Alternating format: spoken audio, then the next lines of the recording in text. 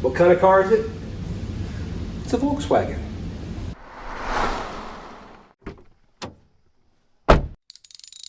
Back at it again. I'm gonna get some headlights installed. New headlight buckets, new headlight bulbs, new headlight trim rings. We'll jump to the back of the car, we'll get the tail lights on, we'll get the license light housing in place. I can't do the reverse lights until I get the bumper on in the rear. Obviously, I still need to do the bumper in the front. But once I get all the lights on, that will complete all of the wiring short of the battery and the positive cable over to the voltage regulator, or at least where the voltage regulator would have been underneath the rear seat. Once I'm done with that, I can get onto the brakes and I can finally make this thing stop, which means I can throw a battery in it and in the fuel tank. Never mind, I'm getting ahead of myself. I decided to get smart and just bought a pair of glasses to keep back here in the shop. I haven't said it before, really not a big fan of these aftermarket headlight assemblies, but we haven't got many other options. That notch, and that notch. They're not even like properly set up. Like the headlight is supposed to key into those, but it doesn't.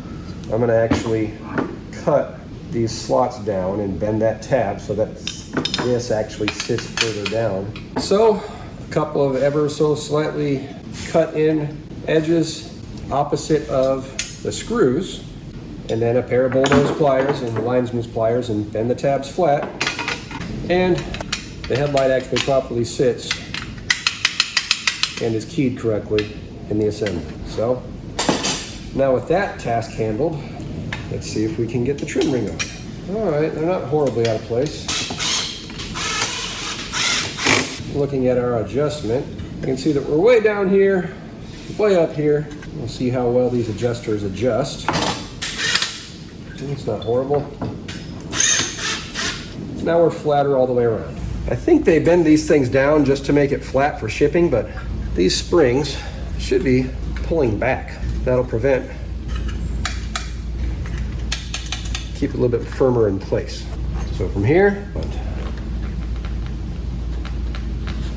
and there we go. So this screw, that screw, and that screw, I believe, are where we're going to line up. This screw is always the pain to get to, so I start with this guy here. Now, to get started, I can verify, check, and check. And these are just new self-tapping number 8 sheet metal screws. Number 8 screws are the correct size, but self-tapping screws are always nice because they clean out any old rust and debris. They're just good general screws to have around. I like to start with a screw in place, get it started, and just like that, our headlight ring snaps into place,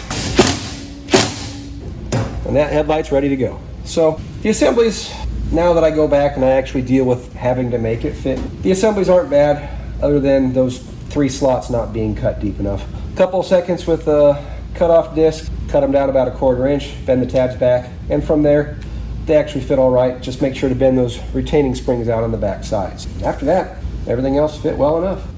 That looks a lot better, doesn't it? Got old assembly, original bracket for our license plate, and original license light. I think I'm going to start by putting the license light in place.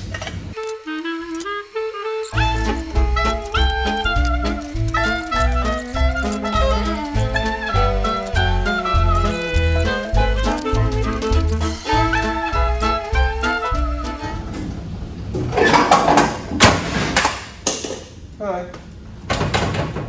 perfect. Now I can tuck that up in there, bend those tabs down there.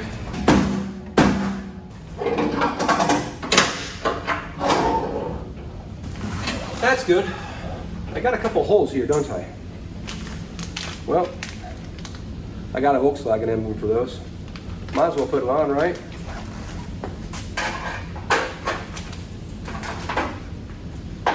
Socket over the top of the clip, push the emblem on one side, push the clip on the bottom.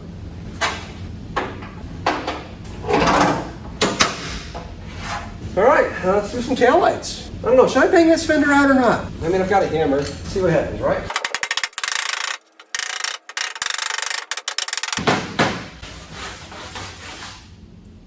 Better than it was. Hammer Happy Harvey, at your service.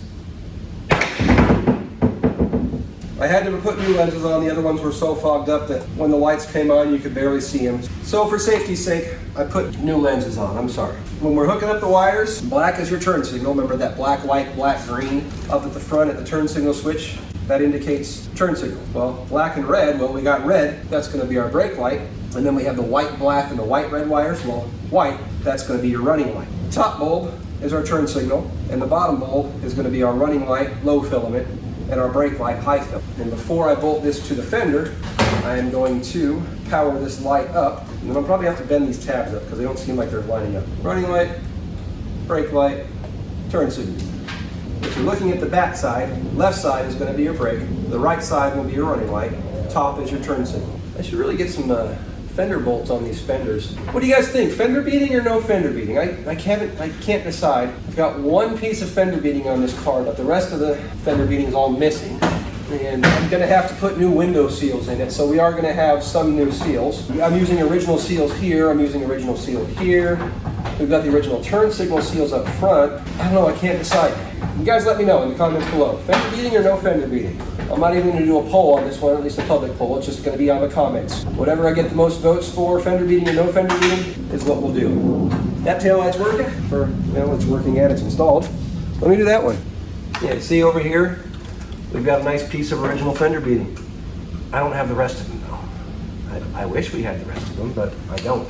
So now, truly, no I'm not, because technically I still have that stuff underneath the rear seat to do. Let me see what I can do on that. All right, trying to get you guys in here as close as I can, but still be able to actually work in here. Remember I said Volkswagen doesn't run a main fuse or a master fuse on anything. Well, I like to, and this is something that I like using. This has a battery input and your output on a 50 amp circuit breaker. If there's ever a draw more than 50 amps, that's gonna snap. So, conveniently enough, we can actually go through and bolt that right in place there. Whether it be our auxiliary is probably gonna be better off over here, the way that these are routed, and then our battery is going to come in across the top of our seat bar and will come in over here. So that's probably how I'll end up mounting that. Fortunately, this screw lines up right there, so that's going to make that easy. Now, because I did swap over to an alternator, this blue wire and this green wire, these are going to be spliced together, and I like using these guys. They are crimp and seal. So you crimp them, and then you use a heat gun,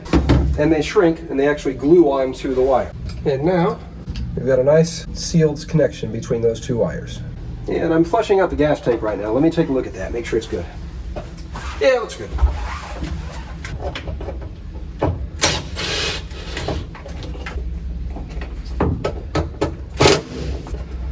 This is going to be our output from our alternator. I did have to drill it out to fit over that post. And then this wire here. Make sure your ring terminal fits. Crimp. Check the connection.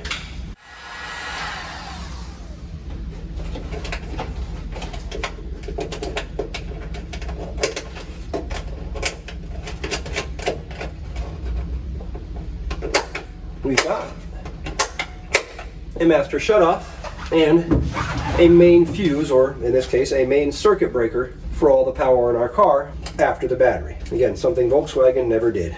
But once we get our battery cable hooked up, we can run a new wire over to here for that, and that'll get us power to the rest of our car. Wiring, almost complete, / wiring is complete, short of a battery and a positive cable and the reverse lights. Not bad. I think I'm gonna work on flushing out the gas tank. Nope, can't do that. I need the gas tank out to get to work on the brakes. So, I'll start by installing a new master cylinder, I guess. Let's do that. Sorry for the quick intermissions, but just so you see that I wasn't just making things up for that fuel tank filled with varnish and fuel line filled with varnish. That's literally after I've been flushing this thing for about 5 minutes. That is what's coming out of this fuel tank. That old, literally, varnish. It is just like tar. And all this was stuck in the old fuel line. That was a pain.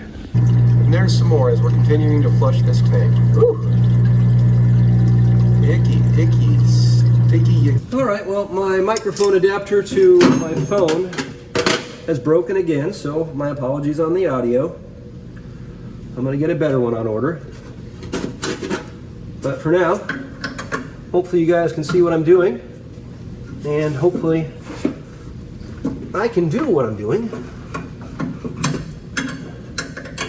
without breaking any of these old lines.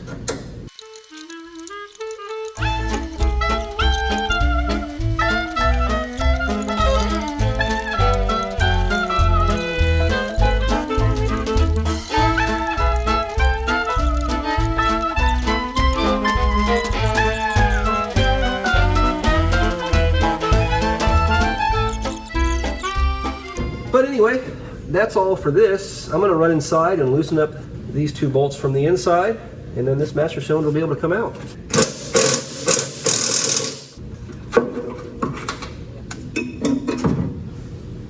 Out with the old, in with the new. Once I grab two new brake light switches, I forgot about those. Give me a moment. All right, one new master cylinder. Make sure that our spacers are in place there. Good, good. Grease the rod. Sweep the leg. And note that I am not bench bleeding this master cylinder. I have never ever found a need. However, at this point, I might need a hand or a socket or something to come in and hold this up so I can get the bolt started from the inside. Let me see what I can come up with real quick. Hold on.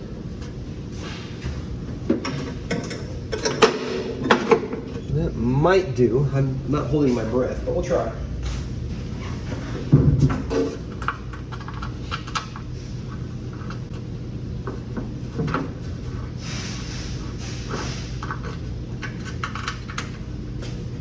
Yeah, I got that one.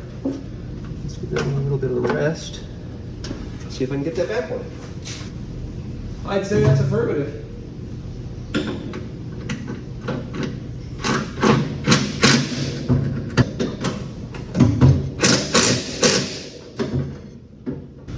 All right, that's in. Gland net socket comes in handy again. I got that there. Guess we'll get our brake lines in. So we've now got all our lines cleaned up, our reservoir cleaned out, inside and out, for the most part. Foam, surprisingly, still kind of in squishy shape. Now we've got some brake hose. Used to be blue, now it's black. It's a little bit looser than the 1967 kind of technically only hose. That line's a little bit smaller than that one, but either way, even on our original lines, it is slightly loose. So I'm gonna have to run some hose clamps, at least here. And then honestly, I'm gonna probably just end up running hose all the way down. There's no point in this, honestly. If this goes bad, this is gonna leak no matter what. I know these fit on these, so I'm just gonna do that, but obviously, again, I need to clamp these on. I don't like how close this is getting to that right there, so I'm gonna cut it, sleeve it, and then we'll use this as kind of a protector for that guy right there. And I'm pretty sure that is just a steel line from an early car that somebody reused. So I'm gonna keep this for future use on a car, probably not actually. We always go to a dual circuit master cylinder, so no, I'm not gonna save it. So that steel line should protect our bottom flex line. We can put some brake fluid in here, make sure that our master cylinder supply lines aren't leaking. And then from there, I can go and get to work on the back brakes. But I think for today, up here, I'm actually gonna put the fuel tank back in and button up everything up here and call this good, maybe. And forgive the funnel, it looks dirtier than it actually is. Well, it's just really, really stained. Apparently, our reservoir is just leaking straight out of the reservoir. I don't know why I didn't see this on the bench or when I was flushing it out. It is literally just pouring right out the seams. Well, that's unfortunate. Well, at least the lines aren't leaking. Fortunately, somebody out there was kind enough to reproduce this, because this is a 1 year only master cylinder reservoir, like so many other things on a 1967 that are 1 year only. That's another one, and I've got to pull that out.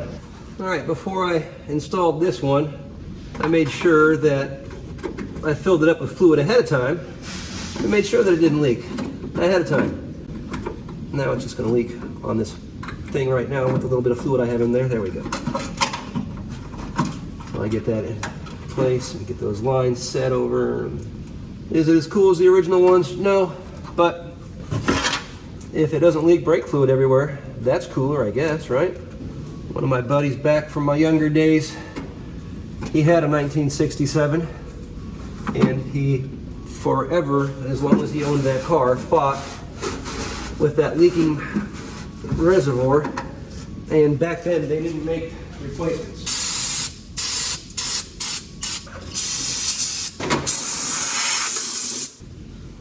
Let's get this guy mounted back in place.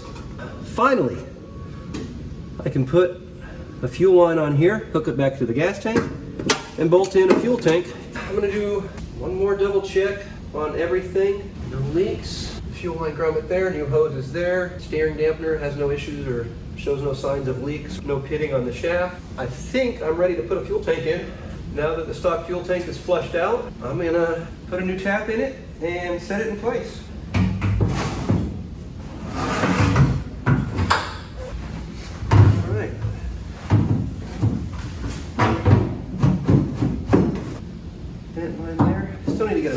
Gas cap at some point, but we'll get there.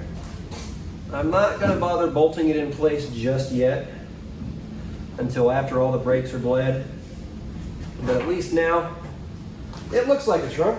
All right, I call that a pretty successful day's worth of work. Not really a day, like half a day.